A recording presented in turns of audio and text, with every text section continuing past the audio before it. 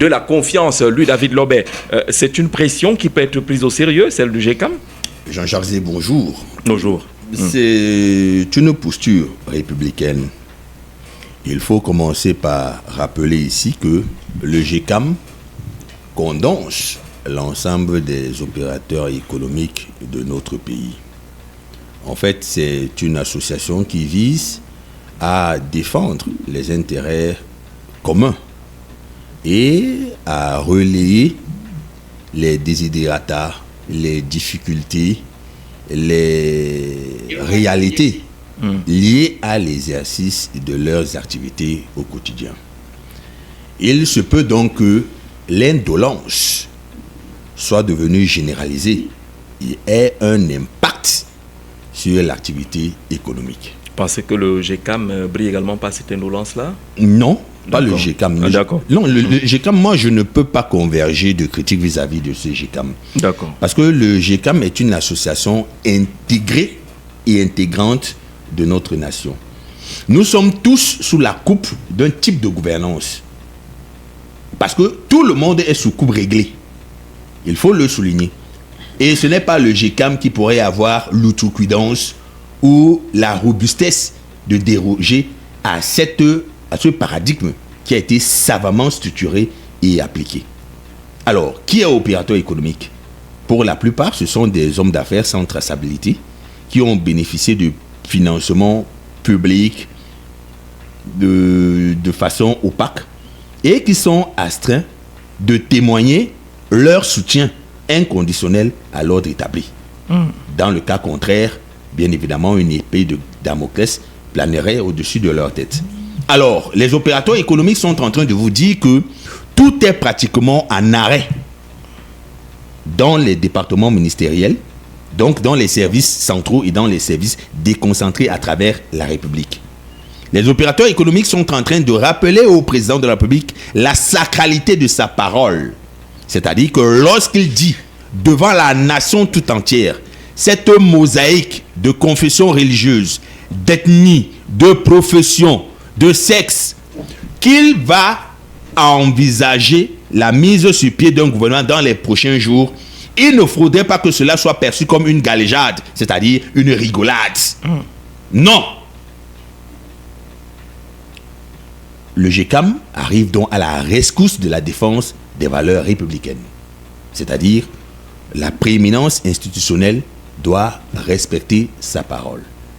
Et il ne s'agit pas d'une trouvaille au sens propre du terme. Parce que le positionnement du GECAM est largement partagé par l'ensemble des Camerounais. Tous nos yeux sont rivés vers Etoudi. Et la question qu'on se pose in fine est la suivante. Que se passe-t-il? Le président Paul Biya, que nous avons connu, aurait-il perdu le contrôle des manettes au point où certaines forces centrifuges, rétrogrades, opaques, l'empêcheraient de mettre sur pied ce gouvernement? Parce qu'il ne s'agit plus d'une interrogation du Camerounais lambda, mais toutes les couches sociales, dans leur étendue et dans leur diversité, se posent cette question.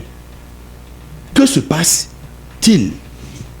Jean-Jacques Zé, moi j'ai fait en tant que Mohican de cette République, parce qu'il faut le dire.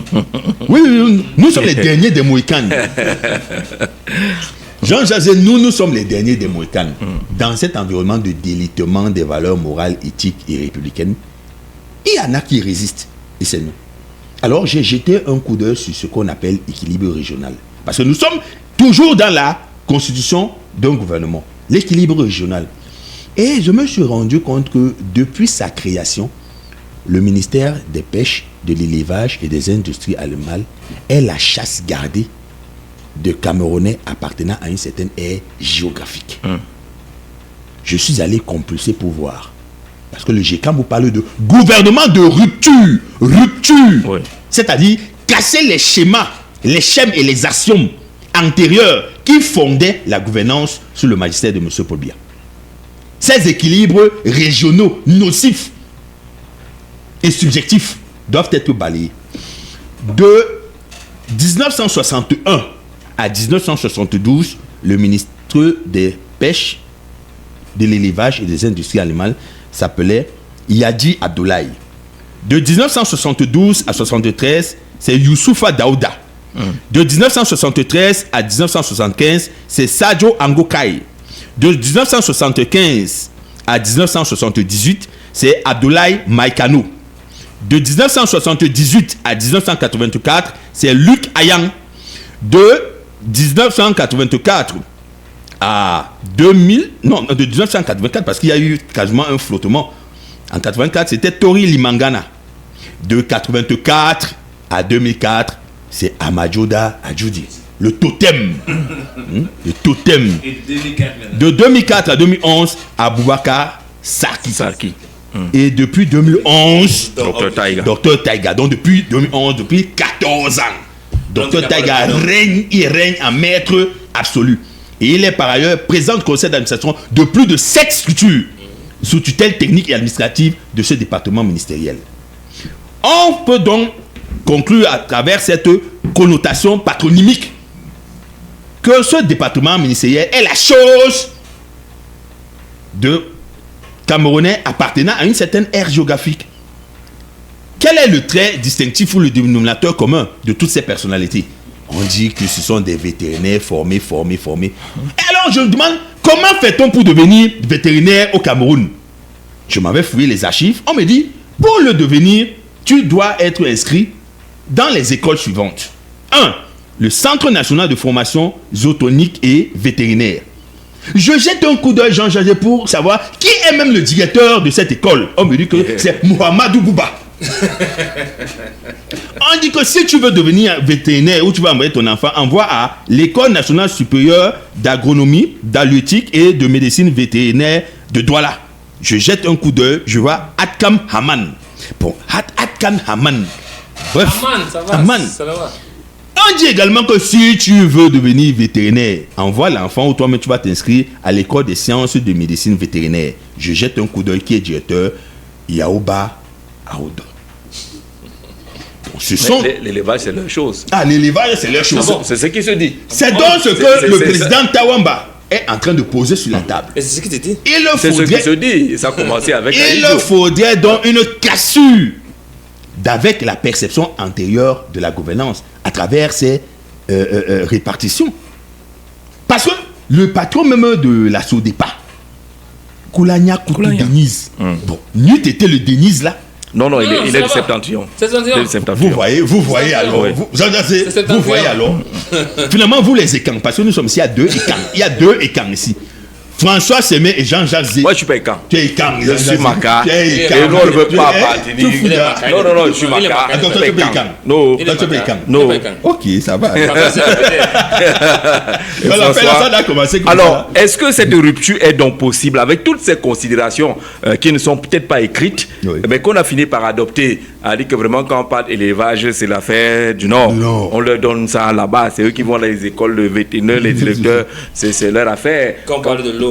Quand on parle de l'eau, c'était la meuf ou encore c'est en train de partir. Bon, c'est déjà parti. Laisse ça quand même pris une partie. C'est déjà parti. Une partie. Mais le ministère est toujours resté. Et encore là-bas. Le ministère est là-bas. Donc au moins Kamwata est un peu resté. Vous ne pouvez pas avoir tout à la fois le ministère et la société. Quand il y a ces réalités-là qui sont déjà ancrées dans nos habitudes, est-ce qu'on peut obtenir ce genre de rupture à ce niveau-là, François? Oui, Jean-Jacques, la question a tout son sens. Le souci avec les politiques économiques chez nous, c'est parce que on ne s'appuie pas sur des éléments factuels, des indicateurs, des indices de performance et autres pour pouvoir prendre, soit pour pouvoir justifier une posture.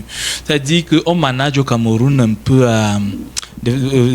par la petite semelle, management par la petite semelle, ou bien juste par un coup de tête. À la réalité, ce que je voudrais dire de façon claire en ce qui concerne par exemple la posture du GECAM, Jean-Jacques, il faut comprendre que les entreprises ont une vocation à faire du profit. Oui. Et en cela, une entreprise est planifiée sur une durée nette, l'année budgétaire. Et elle part du 1er, pour les entreprises, c'est du 1er janvier au 31 décembre. Et on évalue on évalue et on cherche les impacts et tous les... Donc, il y a un ensemble d'indicateurs qu'on suit pendant la période de management. Donc, voyez-vous, quand vous avez vécu dans un environnement, je vais donc faire un clin d'œil à quelque chose, ce qu'on va donc appeler le climat des affaires. Vous avez vécu dans un environnement lourd pendant 7 ans. Voyez, vous allez voir la morosité des entreprises, la posture, la faillite, et c'est ce qui caractérise la plupart des entreprises au Cameroun en ce moment-ci. Je vais vous prendre un cas simple pour aller de façon factuelle. Où est Fokou? Les gens, on ne constate pas qu'il n'y a plus Fokou et Mombo, Fokou ceci, Fokou cela. Fokou en train de disparaître. Fokou n'est pratiquement plus au Cameroun. Vous voyez, il y a plusieurs entreprises comme ça. C'est dû à quoi? C'est pas nécessairement c'est dû au climat des affaires. Vous voyez, et en jusqu'en 2020, le Cameroun dans l'indice de perfectionnement ou bien du doing business qui est un indicateur de la Banque mondiale. Indice de perception. Le Cameroun était placé. Nous étions 167e sur 190. Aujourd'hui, c'est le Business Ready qui prend en compte 1200 indicateurs pour pouvoir classer. Le Cameroun n'est même pas classé. Voyez-vous? Donc, à quoi servent ces deux éléments, Business Ready ou bien Doing Business ou bien Business Ready? Cela vous permet de faire des levées des fonds, d'aller vers les marchés financiers, vers les marchés des capitaux et puis ramener donc un ensemble de ressources qui vous permettent donc de venir impulser et rendre dynamique l'économie locale ou bien l'économie nationale. Vu sur cet angle-là, vu sur l'angle de la perfection du management, de la réalisation des résultats et du profit, vous ne pouvez pas, si vous êtes donc directeur, président du GECAM, vous asseoir et rester allongé sur votre canapé ou bien vous tournez les pouces. Ce n'est pas possible. Donc la pression que le communiqué que pond le GECAM aujourd'hui vient à la réalité tirer la sonnette d'alarme. La contribution des grandes entreprises ou bien des entreprises au Cameroun dans le PIB du Cameroun est suffisamment significative. Et si vous prenez simplement on dit que j'ai vu par exemple le titre d'un organe de presse ce matin, la douane camerounaise bouclier de l'État du Cameroun. Bon, si vous êtes donc la douane travaille avec... Qu'est-ce qui fait que la douane engrange autant de ressources pour le bien de l'économie camerounaise? C'est les entreprises qui font des transactions en import et en export. Donc, il faut comprendre tout de suite que si les entreprises vont mal, l'économie camerounaise et le PIB du Cameroun et les ressources camerounaises connaissent un sérieux coup. Et le président, ça c'est sur le plan par exemple sur les aspects liés au profit et à autre chose. Maintenant je vais revenir sur les aspects de gouvernance. Aller dans les ministères, est-ce que tous les chefs d'entreprise dénoncent quelque chose au Cameroun? Les lourdeurs administratives, la corruption. Est-ce qu'un chef d'entreprise qui a 2 semaines pour aller en Europe, prendre son conteneur ou bien en Asie, prendre son conteneur et revenir au Cameroun, quand vous lui prenez 4 mois pour sortir un document, comment il se comporte? Bon, vous prenez par exemple depuis le début de l'année, il n'y a pratiquement personne peut-être ils ont repris un peu du service cette semaine. Tous les bureaux étaient pratiquement vides. Pourquoi? Le spectre du remaniement ministériel qui annihilait tout et qui plongeait tout le monde dans la léthargie et dans la latence. Voilà le problème. Et maintenant donc, il est de bon temps en début d'année, nous sommes là au 20 janvier. Pour que le GECAM dise non, nous venons de perdre 20 jours. On a lancé le budget déjà. Vous attendez notre part dans ce budget que vous avez lancé en Gaoundéré. Mais jusqu'ici, on ne voit pas les gars travailler. Tout est coincé, tout est bloqué. Monsieur le président de la République, faites quelque chose pour que nous puissions... un gouvernement d'action, de précision et de confiance. Donc, en cela, il est logique et cohérent. Mais maintenant, là où je vais mettre un petit bémol sur la démarche du GECAM, c'est de dire aussi... de faire aussi une certaine allusion parce que on aurait aussi souhaité qu'au lendemain des élections, que le président du GECAM fasse une sortie parce que voyez-vous, ça aurait permis d'anticiper un certain type de choses. Ils ont fait une sortie relativement à la crise post-électorale. Là, ça les concernait. Les pertes énormes en termes de nombreux milliards perdus dans cette affaire-là. Ne leur demandez pas de dire que le président est élu ou mal élu. Non, c'est pas ce que je dis, Jean-Jacques. Ce que je dis ici, c'est le titre du document de la presse, dans l'article du jour, dit quoi? Le GECAM fait pression sur le chef de l'État.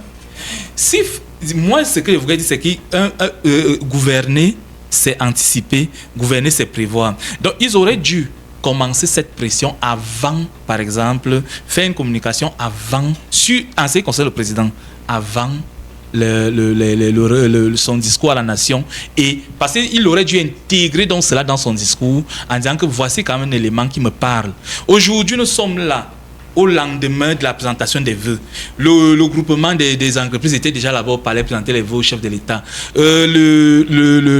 La chambre de commerce était là-bas en chef de délégation. Donc aujourd'hui, si vous êtes allé lui dire que tout va bien, bon, non, mais aller présenter les vœux ne veut pas dire que tout va bien. Quelque chose aussi qu'il faut attirer, qu'il faut. C'est un rituel républicain. Ce n'est pas pour aller dire que tout va bien. Sauf que maintenant ils en sortent de là. Ils vous disent que vraiment on était là. Bonne année, Monsieur le Président, mais l'année ne peut pas être bonne avec ces gens-là, avec l'inertie ambiante. Voilà. Donc pour donc sortir peut-être, je perds un peu le fil. L'idée aussi c'était donc de dire qu'avec dans la chambre de commerce, parce que tout est plombé aujourd'hui. Le gouvernement ne bouge pas. Il n'y a pas d'action concrète. Donc, à la réalité, le GECAM est totalement dans son rôle. Ce que moi, je voudrais aussi dire aux chefs d'entreprise, c'est de prendre... dans certains pays, on voit quand même que les chefs d'entreprise, les milliardaires, ils accompagnent les partis politiques. Parce que l'une des choses... Ils accompagnent la LDPC, non? Permettez-moi quand même d'avancer. L'une des choses aussi au Cameroun, c'est que les partis politiques n'ont pas de ressources. N'ont pas de ressources pour pouvoir, par exemple, c'est la période des investitures. Si vous voulez le changement, mais mouillez le maillot. Arrêtez aussi de parler sous cap. Arrêtez d'être derrière le rideau. Venez et soyez aussi dans l'action. Voyez-vous, si je fais donc un lien direct, vous allez voir que disait le président Cabral Libye au sorti de la présentation des vœux. Il parlait de gouvernance, il parlait d'un remaniement de rupture et qui ramène la confiance entre le top management du Cameroun et les niveaux supra et les populations. Mais sauf que ce n'est pas ce qu'on a retenu. Ce qu'on a passé le temps à analyser, c'est Cabral Libye est devenu et allé s'acoquiner avec ce qui dénonçait. Non, c'est pas ça. Ce que Cabral Libye a indiqué, ça, dans une logique de management simple, il a révélé, il a relevé, et c'est ce que le GECAM fait aujourd'hui. Donc c'est une posture à saluer, et c'est de dire que pour les questions de gouvernance, sérieusement, il y a problème. Et j'aime bien souvent faire allusion à quelqu'un. Je vous assure que quand on parle de politique... encore Non, le professeur Ndouabi Wole, parce que quand il faut parler de politique publique au Cameroun, de management des institutions, on ne peut ne pas parler de questions de gouvernance sérieuse sans convoquer les postures du professeur Ndouabi Wole. Donc à la réalité, quel que soit le groupe que vous prenez, quand on veut parler de management, de prospective économique, de planification, il est indécent de penser que nous sommes au 20e jour où on a promis un gouvernement et ça n'arrive pas. Ça n'arrive pas. Monsieur Babayak nous dit que cette rupture n'est pas possible puisqu'il s'agit du même système dont les acteurs au sommet de l'État se sont passés le relais. Les mêmes indicateurs en termes de choix des gouvernants depuis l'indépendance sont perceptibles. Le GECAM fait ce que les syndicats font en général, c'est-à-dire sonner l'alerte dans un secteur et espérer être écouté. Sauf dans notre contexte, il n'y a très souvent pas de suite. Les politiques ont d'autres logiques que nous ignorons. C'est bien dommage. Jean-Pierre Babaya, qu'on salue ce matin, merci pour cette contribution par un message au 6 91 94 30 29, au 6 75 14 90 16. Les autres peuvent appeler en direct pour participer et analyser cette pression que le GECAM a décidé de mettre sur le président Biya, appelant à, il dit quoi, un appel solennel à son Excellence Monsieur le Président de la République pour la mise en place d'un gouvernement de rupture, d'action et de restauration de la confiance. La ligne proposée par le GECAM donne quelques lectures de quelques extraits de cet appel du GECAM pour un gouvernement d'action et de restauration de la confiance. L'élection présidentielle constitue pour chaque nation un moment majeur de respiration démocratique en ce qu'elle permet aux citoyens d'accorder leur confiance à une personnalité appelée à conduire les destinées de l'État. Une fois ce choix souverain exprimé, s'ouvre naturellement le temps de l'action, de la clarification des orientations et de la refondation du pacte social et économique entre l'exécutif et le peuple. C'est dans cette perspective que, s'adressant à la nation le 31 décembre 2025, le président de la République, son Excellence Paul Biya, a annoncé un prochain réaménagement du gouvernement. À l'orée de cette nouvelle séquence politique, le GECAM n'a pas l'intention de préempter les pouvoirs constitutionnels du chef de l'État concernant la formation du gouvernement.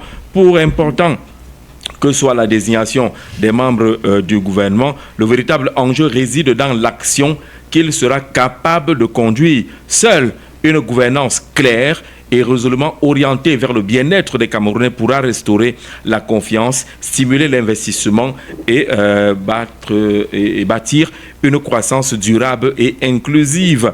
Le contexte économique international est imprévisible et demeure particulièrement contraignant. L'économie mondiale continue à évoluer dans un environnement marqué par la persistance des tensions géopolitiques, le durcissement des conditions financières, la volatilité des marchés des matières premières et le ralentissement de la croissance globale. Ces facteurs exogènes exercent une pression accrue sur notre économie, fragilisant nos équilibres macroéconomiques. Sur le plan national, bien que les perspectives de croissance demeurent globalement positives, le GECAM rappelle néanmoins que l'économie camerounaise fait face à des défis structurels persistants. Le secteur privé, moteur essentiel de la création de richesses et d'emplois, évolue dans un environnement des affaires encore marqué par des lourdeurs administratives, une pression fiscale élevée, un accès limité au financement, un déficit énergétique important, une dégradation des infrastructures, des coûts logistiques importants et une instabilité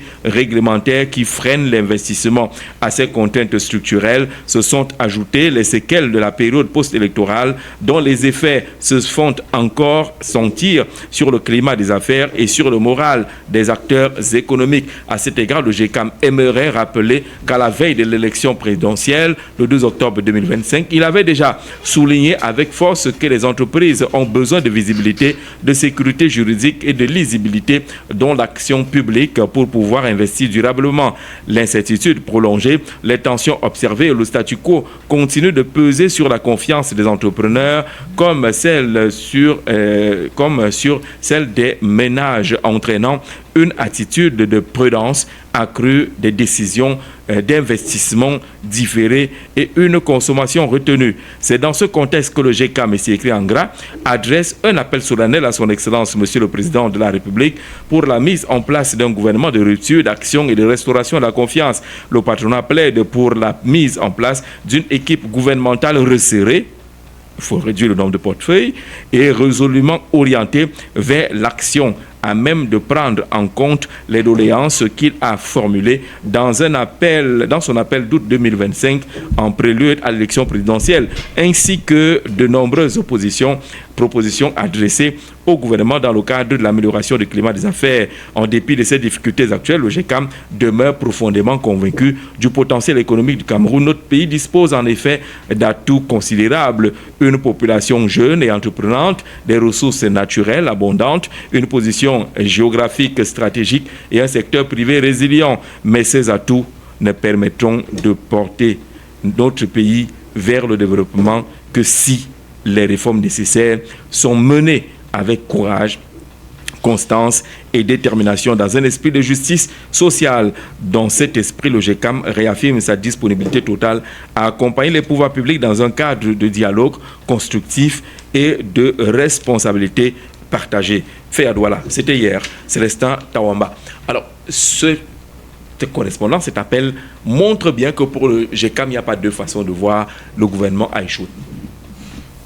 Jean-Jacques, moi j'aime souvent questionner qui écrit d'abord, parce que dans une communication, il y a l'émetteur, le canal de transmission et le récepteur. L'émetteur ici, c'est le JICAM, qui a à sa tête M. Célestin Tawamba, si je ne me trompe, qui est le patron des pâtes alimentaires au Cameroun, la pasta. Entre autres. Ça, c'est l'entreprise que tu connais. Non, je dis entre autres. D'accord. Non, c'est pas dépassé. Il a acheté Panzani. Il y a plein de choses. Oui. En fait, je cite l'entreprise que les Camerounais peuvent vite reconnaître. Et quand on voit comment ces entreprises fonctionnent et comment ils traitent d'abord leurs propres employés, on se pose la question de savoir... voilà les Camerounais. Voilà les Camerounais. Savoir est-ce qu'il est judicieux pour de telles personnes qui sont dans le GICAM de prendre la parole en public. Oui. Mais comment? Moi, je ne comprends pas. Pourquoi est-ce qu'il ne prendrait pas la parole? Peut-être parce que quelqu'un n'a pas été payé, entre guillemets, dans son entreprise. Est également du ressort de l'État à travers un ministère du Travail et de la Prévoyance sociale. S'il y a des errements ou une certaine esclavagisation des employés, ce n'est pas essentiellement du fait du porteur de cette entreprise. C'est également avec la complicité tacite de cet État. Est-ce que, en tant que président de GECAM, parce qu'il y aurait quelques soucis, je ne sais pas de quoi elle parle dans ces entreprises, il ne doit pas dire au président que le monde des affaires va mal, le climat des affaires est moribond. Il ne doit pas le dire? Il doit le dire. Sinon, nous tous, on ne parlerait pas. Nous, ici, on donne. Ici, là, ce que tu as dit à moins de 5 secondes, j'ai dit. Ici, a bouleversé la République. J'ai dit. François. Les Moïcans. Dans la communication, il y a l'émetteur, le canal de transmission et le récepteur. Tu viens de noyer notre message. Voilà. Le président du GECAM parle au nom du groupement et va au nom de Tawamba. Tawamba parle au nom du groupement. Écoutez, souffrez. Du coup, tu vas refuser même qu'on parle du mariage ici parce que... Non, souffrez. On n'est pas mariés. Parce que nos couples sont des modèles. Non, souffrons. Ne fais pas ce que Samuel Eto'o a fait au sac de modérateur. Il voulait poser la question sur Ngana Mout. C'est ce que tu veux faire là. Souffrons un peu. D'accord, on t'écoute. Maintenant, l'action posée par le GICAM est à saluer parce qu'ils évoquent la situation ambiante de notre pays, le Cameroun, et ce que vivent les Camerounais et ce que vit le monde des affaires. Parce qu'il faut dire ici, le Cameroun est dans une telle inertie qu'elle est devenue une inertie congénitale et maladive, peut-être même transmissible, qui est quittée de la présidence du président de la République et est ancrée jusqu'au niveau du nouveau-né, celui qui vient de naître au Cameroun. Cette inertie. Et je pense que le GICAM, en tant que groupement, a le droit de s'exprimer. Le GICAM a le droit de tirer la sonnette d'alarme pour faire comprendre que nous aussi souffrons de cet environnement sclérosé, de cet environnement moribond qui ne permet pas l'éclosion ou le développement économique du Cameroun. Ce plateau, on a parlé de favoriser l'industrialisation au Cameroun. Mais je vous ai dit ici une fois que M. Paul Biya et son gouvernement n'ont jamais voulu que le Cameroun soit industrialisé parce qu'ils ne sont que des vendeurs. Quand on est un vendeur, on vend les terrains, on vend le bois, on vend les choses, on ne se concentre pas à industrialiser pour l'investissement.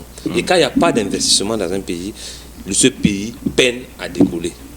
Et le GICAM en tant qu'organe, en tant qu'entité moteur de l'impulsion du développement, ressent qu'il est temps de faire bouger un peu les lignes. On prend le motoman d'un quoi au téléphone. Allô, bonjour. Oui. Bonjour frère, bienvenue. Merci M. Jean-Jacques. Je dis bonjour à tout le panel. Au grand frère M. Bodé. Loubert, M. Loubert, je veux dire. D'accord. Et Jean-Jean Béa et mon homonyme François. D'accord. Ok, oui, monsieur Jean-Jacques, je vois que le problème c'est au niveau de la presse qui a dû titrer le GECAM met la pression. Mais la pression, oui. C'est logique ce que le GECAM fait, monsieur Jean-Jacques. Ça veut dire que c'est l'ensemble des partenaires, des membres du GECAM qui émettent les idées et le président transmet les idées des membres du GECAM. Ce n'est pas comme si c'était M. Tawamba seul qui vont se communiquer. Il est en train d'exprimer la pensée des chefs d'entreprise du pays. Et ce n'est que logique. Parce que quoi? Avec le gouvernement qui est en place, avec comment je veux dire ça? Avec les difficultés que les opérateurs économiques ont, et que ça perdure, ils doivent sonner l'alarme. Oui.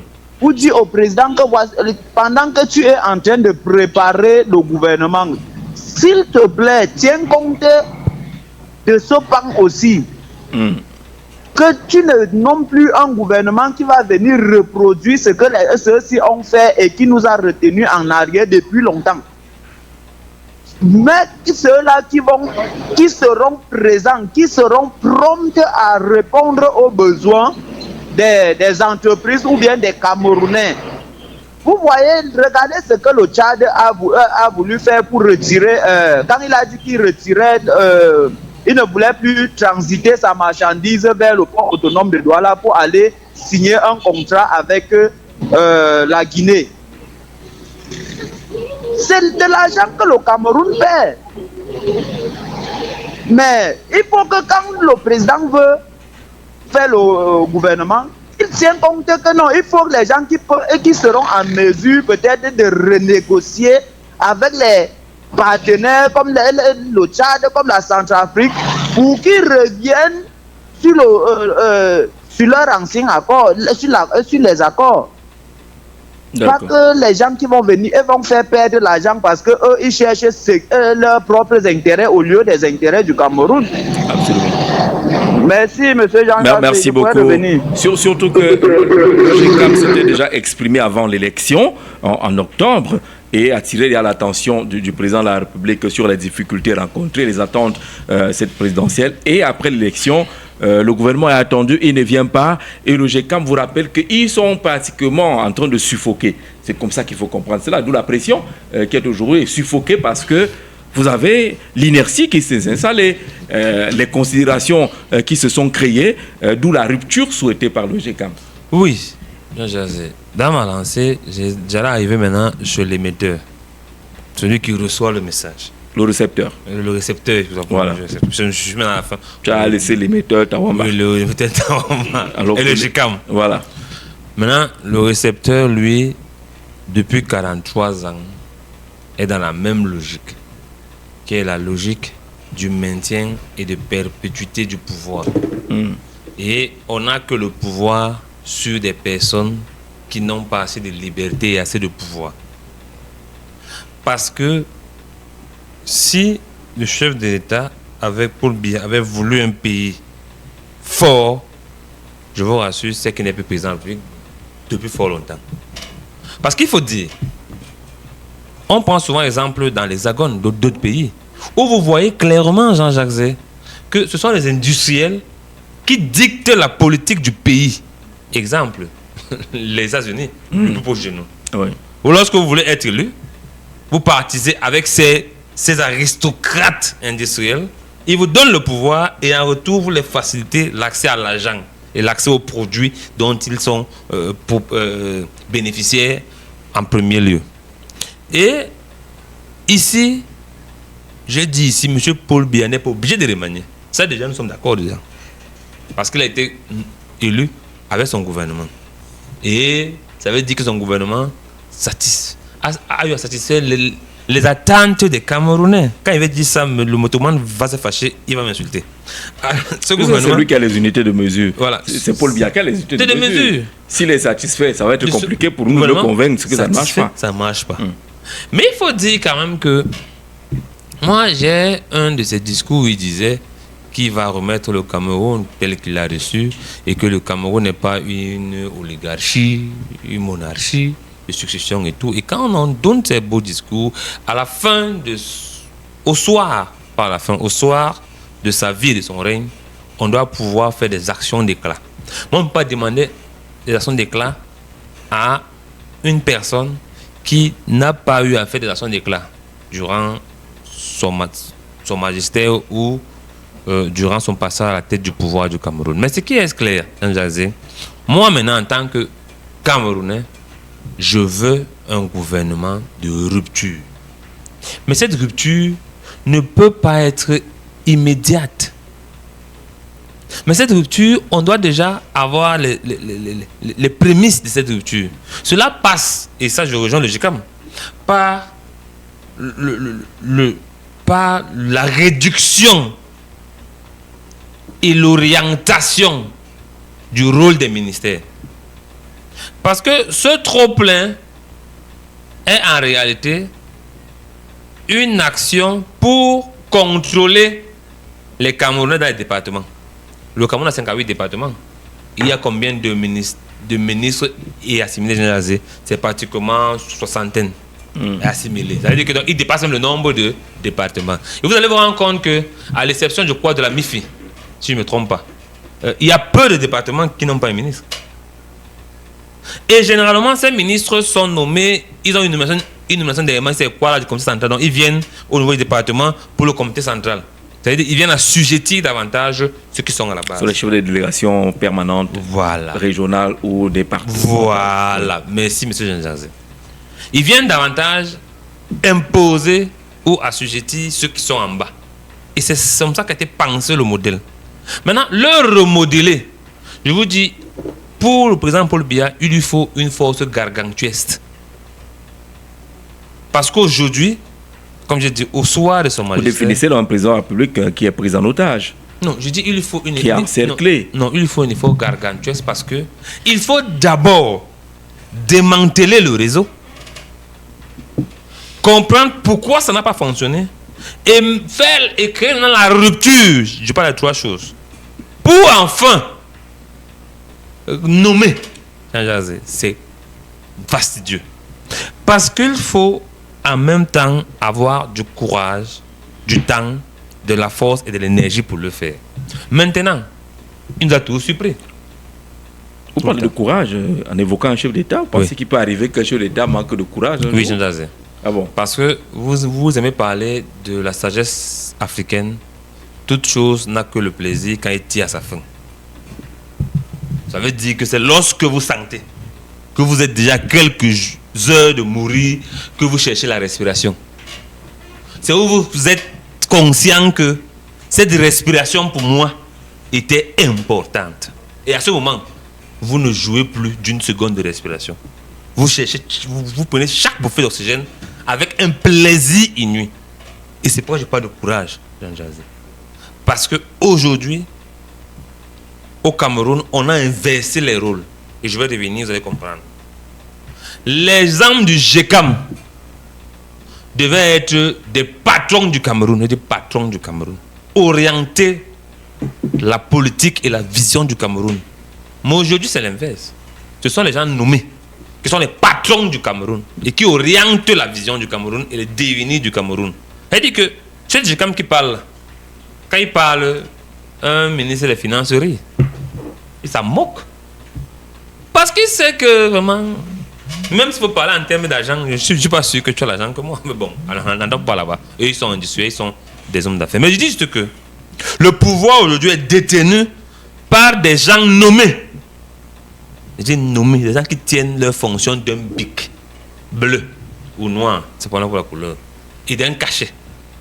Le cachet qu'on fabrique ici à la poste là, à 2000. Donc, ils tiennent leur force d'un bic de 100 francs et d'un cachet de 2000. Ce sont eux qui gèrent le Cameroun. Le cachet, c'est pas le cachet de 2000. Le cachet du président de la République. Non, le président a même deux si cachets. Tu l'as fabriqué en route. Il a deux cachets. Dès que ça porte les sceaux de la République, ce n'est plus 2000. Monsieur Paul Biya. Pas fait pour toi, 2000 là, ça sert à rien. Le peuple a deux cachets. Il a le cachet sec. Oui. Et le cachet a ancré la Ce n'est pas 2000. Tant Voilà. que c'est écrit à Paul Biya, ce n'est plus 2000. Ok, je vous le conseille. Ce sont eux C'est 8800. qui sont devenus Mon les frère. patrons. C'est ce type-là prend ton nom. Je l'ai il écrit là comme Béa, Jean-Jacques, qui met le cachet. Là, tu commences à chanter ici. Ma vie va changer. Non, ma vie a changé. Vous voyez donc, ce sont eux donc qui tiennent le Cameroun et qui dirigent le Cameroun. Mais quiconque que les hommes d'action, les hommes de terrain, les hommes qui vivent et qui travaillent à l'éclosion économique pour comprendre leur propre pays où ils vivent, parce que je vous assure, ces gens du GECAM connaissent le Cameroun que ceux qui sont des fonctionnaires au Cameroun. Parce que eux, ils sont dans la réalité, eux, ils vivent la pratique, eux, ils voient, et eux, ils subissent la concurrence. Parce que les fonctionnaires, eux, ne subissent aucune concurrence. Ces gens nommés n'ont aucune concurrence à faire. Pas d'effort, pas de réflexion. Ils dorment la nuit, ils se réveillent le matin, ils partent au travail, ils rentrent le jour, ils se couchent. Mais ils font de la fonction publique ce qu'ils veulent. Mais je pense juste que le GECAM, aujourd'hui, une fois de plus, montre qu'ils peuvent être ce que nous D'accord, donc le GECAM est dans son rôle lorsqu'on lit cette sortie-là. Au téléphone, bonjour. Bonjour Jean-Jacques. Bonjour, M. Moubitan, bienvenue. Il n'est pas sur la dalle aujourd'hui. Non, aujourd'hui je suis un peu...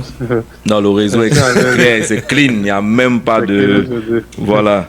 Alors, on parle du GECAM qui a, dans sa sortie d'hier, semble mettre pression sur le président Biya, appelant à la formation d'un gouvernement d'action de rupture et de restauration de la confiance. Permettez-moi d'en rire un peu, Jean-Jacques. Ouais, Vous c'est parlez ça, de amusant. pression.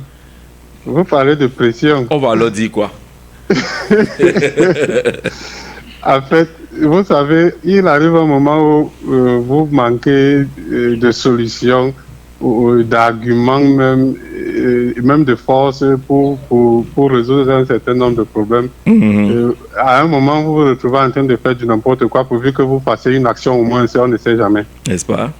Oui, c'est ce que le GECAM fait là. Le GECAM veut quand même exister parce que demain on dira justement. que oui, ils ont fait une sortie en octobre, ils en ont fait en janvier, donc ils existent. Oui. Oui, pour moi, c'est dans cette logique-là. Et Parce qui- qu'au fond, ils savent bien que ça ne sera jamais pris en compte. Parce que, dites-vous bien, Jean-Jacques, quand ils font souvent leur messe de minuit, là, avec les mêmes dirigeants, là, pour ne pas payer les impôts et tout ça, et pour avoir les prête-noms, là, ils n'appellent pas le peuple à témoin. Hein. Eux-mêmes, ils savent quel est le problème. Tout ce qu'ils font là, c'est de la gesticulation. On connaît qui est le GECAM, à 80%, on connaît qui, la majorité, c'est les prête-noms, on les connaît. C'est le même gouvernement qui sort dans la journée pour parler que si, et dans la nuit, dans le GECAM. On Monsieur connaît Moubitan, ces hommes pourquoi vous d'affaires. regardez le doigt et non la lune que le doigt est en train de montrer? Non, je dis ceci. Hein. Oui. Si on était dans un pays normal, c'est une action qui veut dire qui pour moi est normale dans l'ordre des choses. Sauf que le pays n'est pas comme nous le connaissons. C'est pas un pays normal. Si on était dans un pays normal, les hommes d'affaires seraient des véritables hommes d'affaires, des catalyseurs de l'économie camerounaise d'un pays. Oui. Mais sauf qu'au pays, on connaît, c'est les hommes d'affaires par procuration. Par procuration, des hommes d'affaires conditionnés. Conditionnés et tout. Jean-Jacques, quand ils partent dans les ministères dans la nuit, rencontrer les mêmes ministres pour avoir les abattements et tout ça, les impôts et tout ça, négocier les choses-là, ils vous ont déjà fait un communiqué là-dessus. Non. Quand ils prennent l'argent chez les ministres comme prête-nom là, quand les ministres leur donnent l'argent comme prête-nom pour qu'ils ouvrent les entreprises, ils développent leur business, est-ce qu'ils ont fait un communiqué là-dessus un jour? Mais qui reste donc dans leur logique? Mais est-ce que ça ne nous éloigne pas d'un fonds qui pourrait être utile pour le Cameroun? Le constat Le que le fonds- GECAM fait s'affiche à tous, non? Tout le monde le constate aussi. Jean-Jacques, Oui. je suis bien d'accord avec vous. Le fond est là. Et ce n'est pas que le GICAM qui le dit. Les partis politiques, tous les corps sociaux au Cameroun se plaignent de la même chose. Mais sauf que, à quoi bon de continuer à se plaindre alors que depuis pratiquement une trentaine d'années, on ne passe que le temps à écrire des tonnes et des tonnes. Si on vous sort les tonnes de communiqués et de trucs, des dénonciations, on peut remplir tout un musée. C'est ça le souci. Ce qui veut dire, à un moment donné, Jean-Jacques, quand vous avez quelqu'un en face de vous, vous devez savoir sa façon d'agir. Si vous avez passé le temps à avoir votre épouse peut-être à la maison ou un enfant à qui vous voulez simplement passer des conseils et que ça n'évolue pas, vous allez continuer avec les conseils. Vous optez une autre méthode, non? On ne va pas rester là à attirer l'attention. Les avocats vont sortir, ils vont parler la même chose. Les hommes politiques, la société civile, tel corps de métier va sortir et tout. C'est pareil. On a un président qui n'écoute pas tout ce que vous faites là. Et si peut-être il écoute, la seule dénonciation ou bien la seule chose qu'il a souvent écoutée, quelquefois, c'est les remarques du FMI. Vous voyez donc où il a orienté sa politique. Ça vous dit tout sur sa personne, sur sa personnalité, sur sa manière d'être, sa volonté, et où est-ce que lui il va. Et il y a une chose, Jean-Jacques. Vous croyez qu'à nos jours, le président est plus préoccupé par l'évolution du pays que de sa survie politique? Moi, je pense que non. Parce que tout ce qu'il a fait sous ces temps-ci m'a démontré qu'il est là beaucoup pour préserver son fauteuil qu'arranger les choses. Parce que c'est que s'il arrange les choses, ce sera lui-même se mettre en danger. Il va scier la branche sur laquelle lui-même est assise. Son trône sera fortement secoué et il sera bien ébranlé. Donc c'est la raison pour laquelle il privilégie un certain semblant d'équilibre au niveau de la vie sociale. Le plus important, c'est que ça avance un peu, même si ça avance pas comme on aurait souhaité, mais que lui, au niveau de son trône, qu'il ne soit pas tellement inquiété. D'accord, merci monsieur Moubitan pour cette contribution au 691 94 38 29. Au téléphone, bonjour. Bonjour monsieur, j'appelle de Marois. Vous appelez de Marois, comment on vous appelle monsieur? Oui, monsieur Bouba. Monsieur Bouba, nous sommes en direct sur Capital FM. On parle de ce gouvernement souhaité par le GECAM. Il appelle le président Biya à procéder à un remaniement. Oui. On vous écoute. Bon, oui, j'appelais parce que je suivais à l'instant Espace Miné. Là, il y a la production d'un produit. Ah d'accord, on comprend. Allô? On comprend un peu. Oui, bon, je prenais l'émission, n'est-ce pas, en marche comme ça et j'ai rattrapé, mais j'ai ignoré de quel produit on parlait et ils ont réduit le prix à 10 000 francs le paquet. D'accord, je comprends, on reviendra à vous tout à l'heure, on n'est pas dans la même thématique, hein. On se mêle un peu les pédales, mais la question est celle de savoir comment peut se comprendre la sortie du GECAM qui fait, comme la presse l'a totalement dit ce matin, pression sur le président Biya. Allô, bonjour. Bonjour, monsieur. Oui, monsieur. Jean depuis éleveur. Bon, notre frère Jean depuis éleveur. Ce matin, on parle de cette question de pression du GECAM sur le président Biya et le GECAM qui souhaite un gouvernement de rupture, d'action et de restauration de la confiance. C'est un rêve ou un leurre? Je dirais un rêve. Et je pense que c'est le rêve de beaucoup de Camerounais en ce moment. Le rêve dans le bon sens. Dans le bon sens, bien sûr. D'accord. Maintenant, est-ce que ce rêve sera réalisé? Je commence à en douter. Jean-Jacques, moi, j'aimerais poser juste, je ne sais pas, une ou deux questions. Allons-y. Ça fait peut-être 10 à 15 ans que moi, je suis monsieur Jean-Jacques sur les plateaux télé. Il y a des comportements que je ne l'ai jamais vu adopter. Alors, si subitement, je vois monsieur Jean-Jacques adopter ces comportements, moi, ça va m'inquiéter. Oui. Alors, si on a un président qui, pendant 43 ans, n'avait jamais pris sur lui d'annoncer un remaniement dans l'air de ses discours, il vient le faire à 43 ans après, je pense qu'on doit être inquiet. Ouais. Et moi particulièrement, je suis inquiet. Je pense que si nous blaguons, M. Jean-Jacques, on peut passer les 7 prochaines années sans remaniement.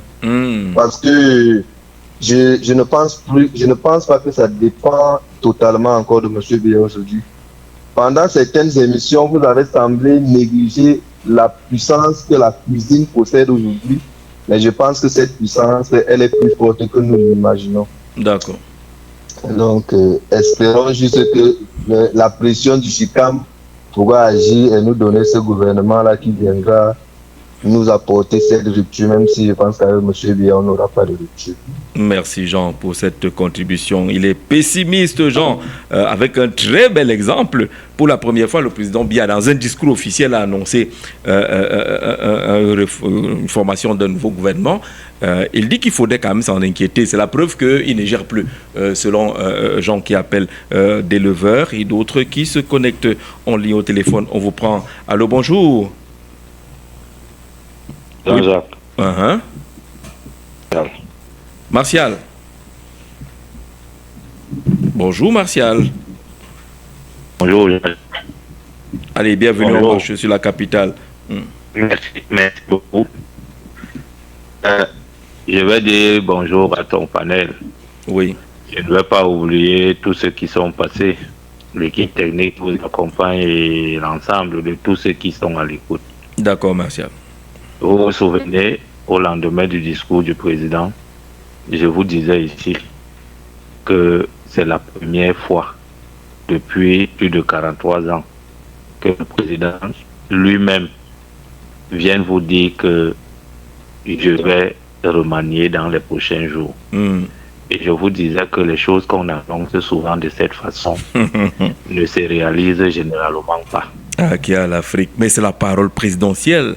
Oui, mais nous savons que c'est après des décennies qu'il avait décidé enfin de voir Roger Mila comme ambassadeur itinérant, alors qu'il avait dit des années très très avant.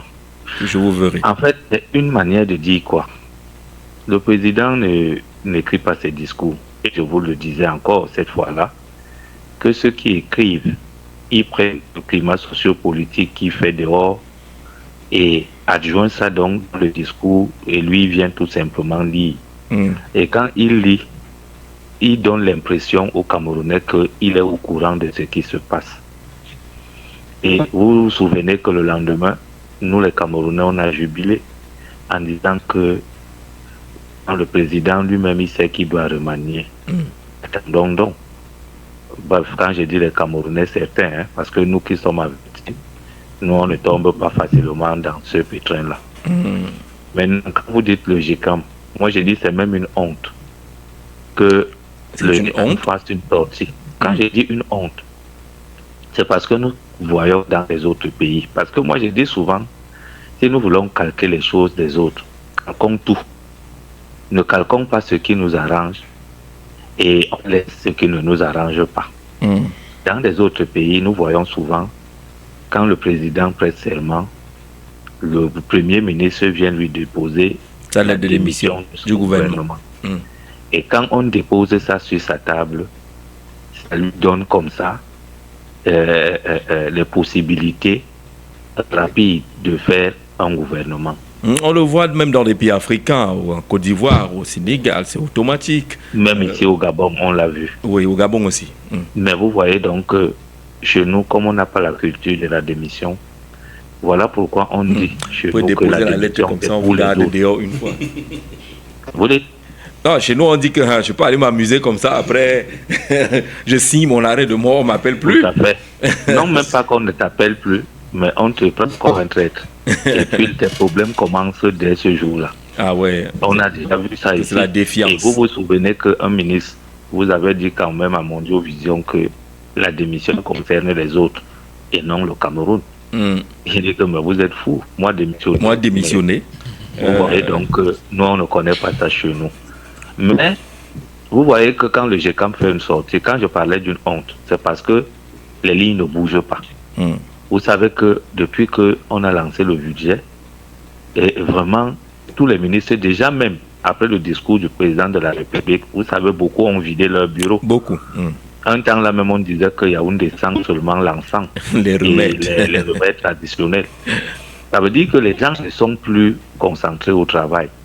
Maintenant, il y a même un générique du 17h là. Quand on met ça, si tu veux être en accord avec un ministre, ne tente même pas de mettre ce générique-là. Même si c'est à 7h du matin, même si c'est à 7h du matin, vraiment vous aurez des problèmes. Je crois qu'on va mettre une sonnerie de générique. Moi je pense que le GECAM, lui, qui véritablement doit être en activité et doit travailler au quotidien, le GECAM se rend compte que les lignes ne bougent pas, que ça n'évolue pas. Voilà pourquoi eux aussi veulent faire pression au président pour lui dire que, monsieur le président, tes ministres ne travaillent plus. Justement, nous sommes bloqués à cause de ça.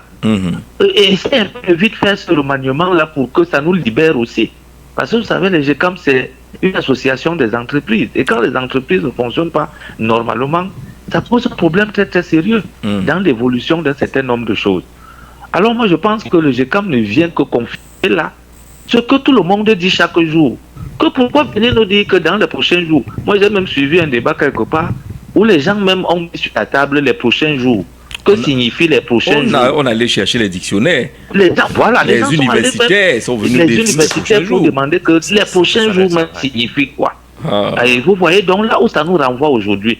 Donc je pense que le président, et je vous disais encore, que quelqu'un à qui on a présenté en image en train de travailler avec autant de parapheurs, et on nous disait qu'il était en train de travailler, je vous disais que c'est l'inertie. Parce que pour quelqu'un qui travaille, il n'a même pas besoin d'un seul parapheur sur sa table. Là, vous êtes aussi en train de répondre à Jean de Dieu Momo, hein, qui a aussi une photo avec plusieurs parapheurs en disant que c'est tel. Mais le lundi, il a rien son bureau. Je vous ai souvent dit que les ministres ici sont à l'image de leur président. Chacun veut être comme le président. Ça veut dire que quand on voit une image comme ça, on veut aussi montrer qu'on travaille beaucoup en mettant autant de parapheurs sur la table. Alors que les parapheurs ici ne démontrent pas que tu travailles, mais ça démontre même que toi, tu ne travailles rien du tout. Parce que pour quelqu'un qui travaille, il n'a pas besoin d'autant de parapheurs sur sa table. Absolument. Donc moi, je pense tout simplement que franchement, le GECAM vient confirmer ce que nous tous nous disons chaque jour ici, que monsieur le président, si tu nous as dit dans les prochains jours, nous sommes déjà dans les prochains mois. Alors, pourquoi ça attend encore?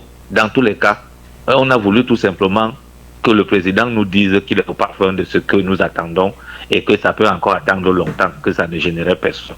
Dans tous les cas, qu'il fasse comme il veut, nous sommes même habitués à ça. Mais ça nous bloque tout simplement parce que les ministres ne travaillent plus. Et comme ils ne travaillent donc plus, beaucoup de choses sont bloquées. Parce que même eux, dans leur langage, ils vont te dire non, nous on attend le remaniement. Hein. Vraiment, c'est un peu compliqué. Moi, je ne veux même pas signer quelque chose là maintenant parce que je ne sais pas demain ce qu'il en sera. Donc, franchement, ça bloque. Et voilà pourquoi moi, je suis d'accord quelque part avec le GECAM, même si c'est pas au GECAM de venir quand même dire ça. Mais s'ils disent ça, c'est parce qu'eux-mêmes, ils sentent que vraiment les lignes ne bougent pas. Merci beaucoup, je peux revenir. Merci beaucoup, Martial, pour cette contribution au 6 91 94 30 29, aussi 75 14 90 16. Le GECAM est donc pleinement dans son rôle. Le GECAM ressent fortement les conséquences de cette sorte d'inertie. Est-ce qu'on a quelqu'un en ligne? Qui est-ce qu'on a? Hector, voilà, il va se connecter. Hector, bonjour. Bonjour, Jean-Jacques.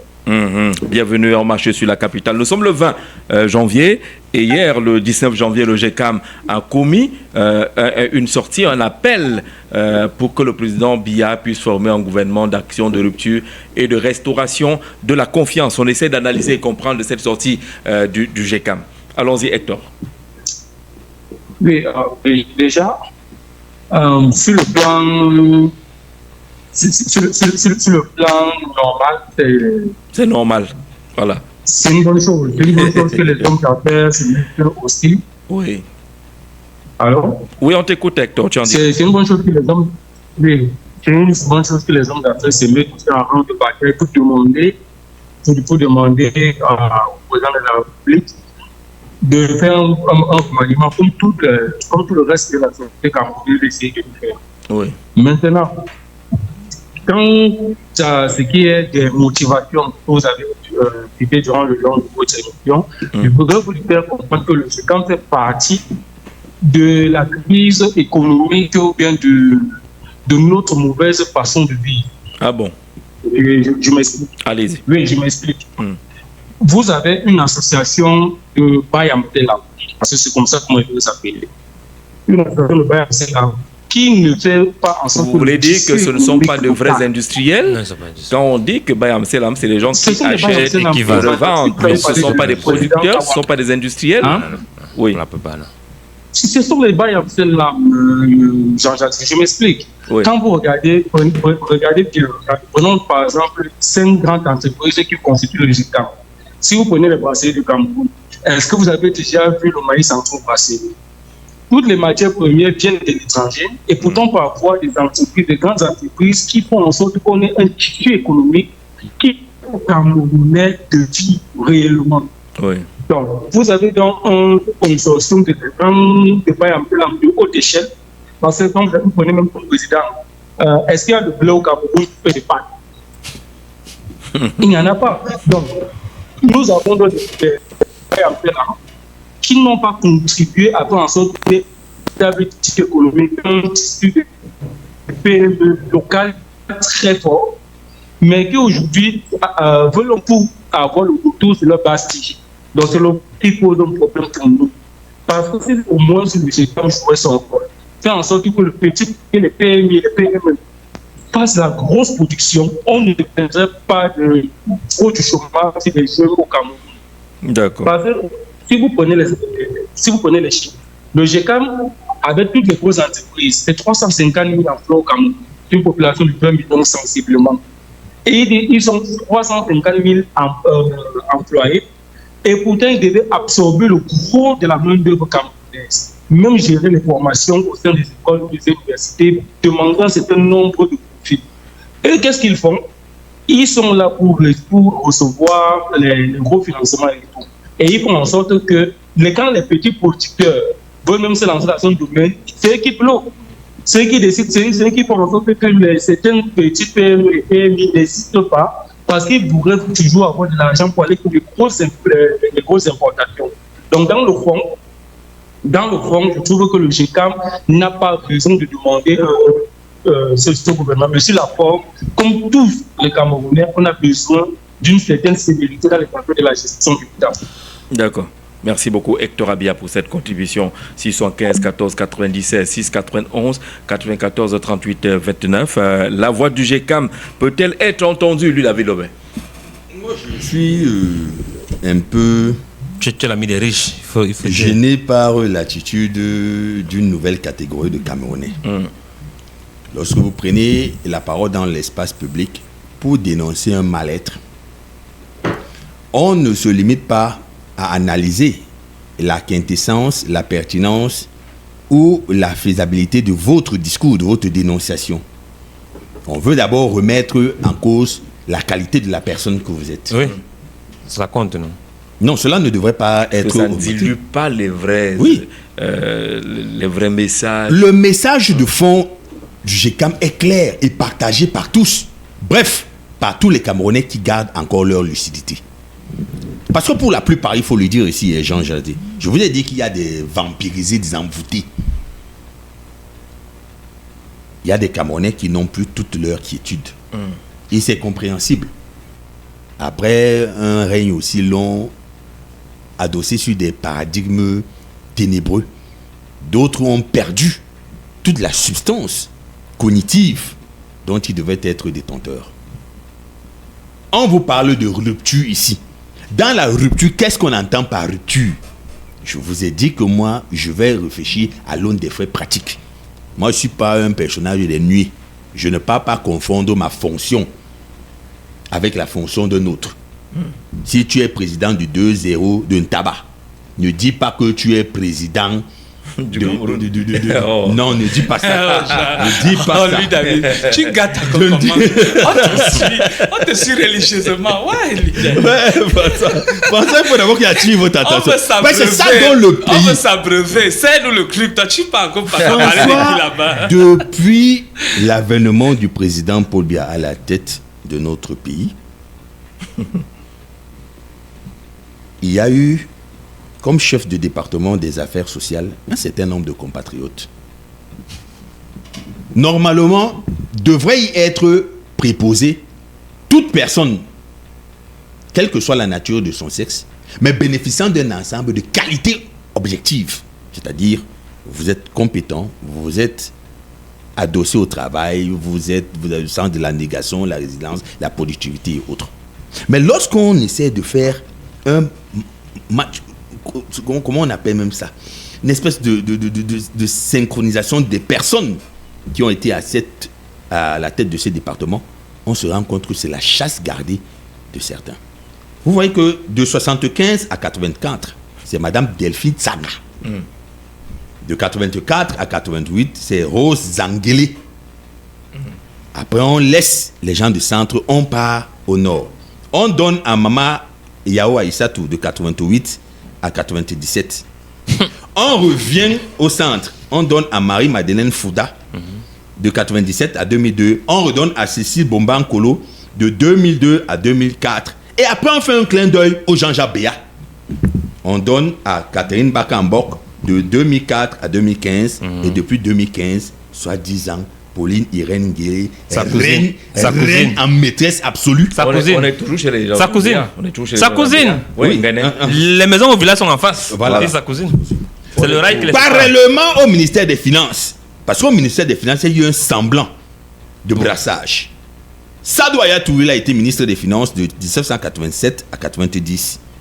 Après, on est parti à Simon Basiliquin de 90 à 91. Alors, le grand-père de l'autre. Oui, alors on disait le président de la République. Précise d'abord que le grand-père de l'autre. Oui. Le grand-père de l'autre. Oui, de l'autre, oui. Alors, Jean-Jacques de l'actuel ministre. De l'actuel ministre, oui, son grand-père. Alors, on disait à l'époque, le président Pobia puise dans le vivier inestimable et innommable des ressources humaines. Seuls les compétents seront choisis.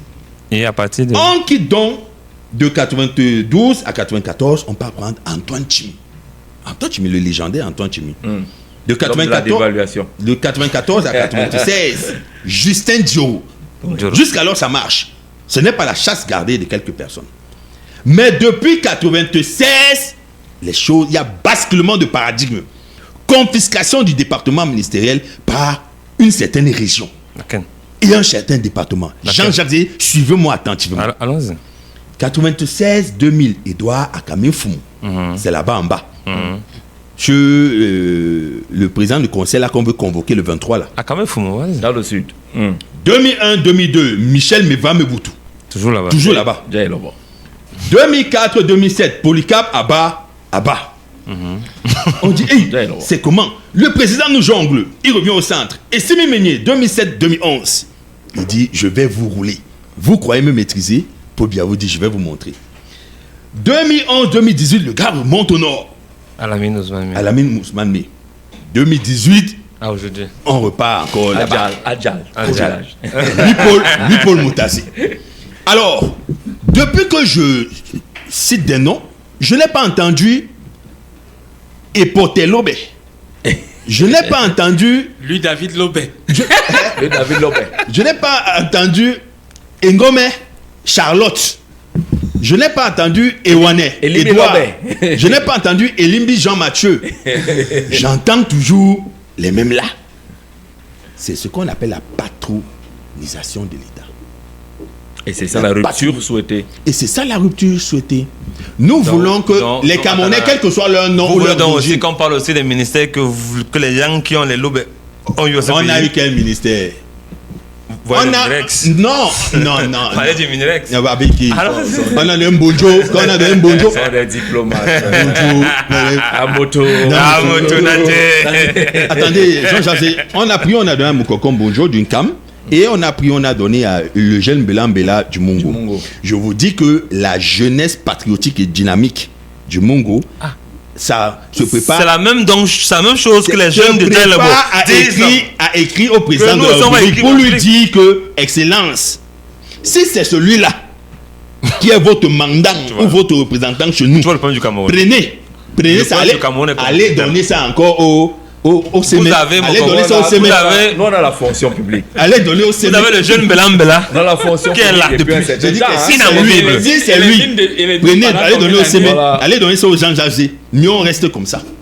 D'accord. Restauration de la confiance suppose confiance détruite en ce moment, qui renvoie au déni de l'ordre gouvernant actuel. Si cette position est assumée par le GECAM, alors il pourrait s'agir d'une rupture plutôt à l'inverse, ajoute Jean-Pierre Babayak dans cette affaire-là. Le GECAM fait quand même un tableau assez sombre, la situation actuelle du Cameroun, pour dire que l'économie camerounaise fait face à des défis structurels persistants. Le secteur privé, moteur essentiel de la création de richesses et d'emplois, évolue dans un environnement des affaires encore marqué par des lourdeurs et lenteurs administratives.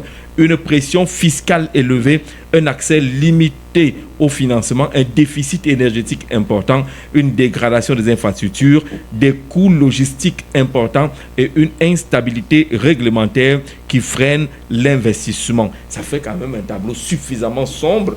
Aujourd'hui, on a l'impression que le GECA ne peut plus faire autrement que de s'exprimer. Oui, Jean-Jacques, à cela, il faut ajouter la dette intérieure. Ouais. C'est-à-dire que l'enveloppe l'enveloppe est salée. De ce côté, c'est 3 900 milliards au troisième trimestre 2025. Donc, mais le Cameroun va à 2000 milliards en 2024, 2026 milliards en 2026. Donc, si vous ajoutez donc pour rembourser la dette. Cette dose, vous verrez donc que le tableau ne fait que s'assombrir. Et on peut encore aller plus loin. Parce que si vous voyez dans ce que, comme je le disais tout à l'heure, dans ce qu'on appelle le climat des affaires ou bien la posture des entreprises économiques, des opérateurs économiques au Cameroun, vous verrez donc que si les opérateurs, les prestataires, les entreprises ne sont pas payés à temps, il y a un sérieux souci. Je ne fais qu'insister ici sur une posture, c'est celle des managers, qui fait qu'ils n'ont qu'une année. Et ils pilotent des entreprises adossées à des objectifs et à des indicateurs. Et là-dessus, il n'y a pas le temps de répit. Lui, David, faisait une allusion tout à l'heure avec le ministère par exemple, du travail et la prévoyance sociale. Vous voyez donc qu'au Cameroun, on ne peut même plus parler de ce ministère parce qu'en fait, il n'y a même pas de solution trouvée lorsque les employés sont en difficulté. Parce que si vous prenez 10 entreprises aujourd'hui, vous verrez que 7 n'ont pas de salaire régulièrement payés. Ils ne sont pas affiliés à la CNPS. Ils n'ont pas d'assurance. Vous voulez que tonton Grégoire ne travaille pas? Je ne parle pas. Grégorio. C'est pour dire qu'en fait, lui-même, je crois que lui-même est dépassé par les événements. C'est pour ça qu'il aime bien porter son tissu du pain et faire la mascotte. Parce qu'en fait, si vous travaillez, même vous n'avez même pas le temps de faire ça, Jean-Jacques. À la réalité, vous ne pouvez pas. Secrétaire adjoint. Je vous assure que si vous prenez environ la fonction publique, c'est à peu près 1 500 000 à 2 millions d'employés. Vous prenez le secteur privé, vous prenez tous les aspects de l'économie camerounaise, vous voyez le nombre d'emplois, que ce soit dans le secteur formel ou informel, vous verrez que le ministre du Travail ne peut même pas dormir. Non, ce n'est pas Grégorio qui emploie. Hein. Le ministre du Travail, je suis en train de parler du ministre du Travail et la Sécurité sociale. Ce n'est pas l'emploi. Donc, je parle du travail. La ceinture de sécurité de celui qui est au travail. Donc, et quand on vient sur les questions de sécurité sociale, alors, quel que soit le bout par lequel vous allez prendre cela, vous verrez qu'il y a un problème qui se pose avec Acuité au Cameroun. Est-ce qu'on peut avoir un boulot et aller à une banque prendre un crédit? Question simple. Vous voyez donc que c'est ce que vous avez appelé la mesure chez le motoman, donc quoi, c'est lui qui ressent fatalement l'austérité, les difficultés, les tensions financières que peuvent connaître, ou bien la pression que peut connaître le Cameroun sur le plan économique en ce moment-ci. Donc, c'est pour revenir sur les questions de politique publique, si au niveau local on ressent ça de façon douloureuse, de façon on avale cette pilule-là de façon cette pilule-là est très amère, ce n'est pas possible qu'on puisse demander au GECAM de cette aide. Je quitte cette posture pour prendre encore une autre. C'est celle-là peut-être que je partage aussi avec beaucoup de Camerounais, c'est de dire que c'est d'indiquer que connaissant le président de la République, est-ce que c'est un être sur qui il faut faire pression? Moi, j'en sais rien. Mais de toute évidence, la seule pression que le président connaît, c'est la pression atmosphérique. C'est la pression ce qu'on dit souvent là-bas au palais. Donc, il n'y a pas de pression. Quand on a entendu Macron parler de pression au Cameroun, on a entendu des gens parler de pression et ça n'a jamais rien changé en fait. Donc pour nous autres, Jean-Jacques Béal a défini aujourd'hui que ça glisse sur eux. Donc, ça glisse. Cette indifférence-là, comme l'eau sur les plumes de la plume. Voilà. Donc cette indifférence-là nous permet donc de comprendre que moi, ce que je peux conseiller à certains chefs d'entreprise, peut-être pas sans prétention aucune, c'est de dire que non, il faut manager par l'absurde. On dit en management que reductio ad absurdutum. Ça veut dire que vient un moment ou quand vous n'avez pas les éléments économiques factuels pour pouvoir évaluer et manager de façon normale, vous commencez à manager par l'absurde. Ça veut dire que vous considérez cet ensemble d'éléments-là et pas la résilience dont vous essayez de tenir. C'est ce que font les entreprises du GECAM. Donc, ce que le GECAM dit, c'est que le pays va mal, il va très très mal d'ailleurs. Ils nous apprennent rien, le GECAM, mais c'est toujours bien que des entités comme celle-là s'expriment. Peut-être que leur voix, étant donné qu'ils portent quand même l'économie dans notre pays, peut être entendue. Le gouvernement ne travaille plus. Les gens sont en train d'attendre le remaniement. Ils sont hantés par le 17h. Ils ont peur même des journalistes depuis un certain temps. Rien n'avance, rien ne bouge. Le secteur privé est malade. Les petits porteurs des petites entreprises sont tombés. Oui. Si vous avez créé votre entreprise pour gagner un 4-9 quelque part, c'est pas payé. C'est mort.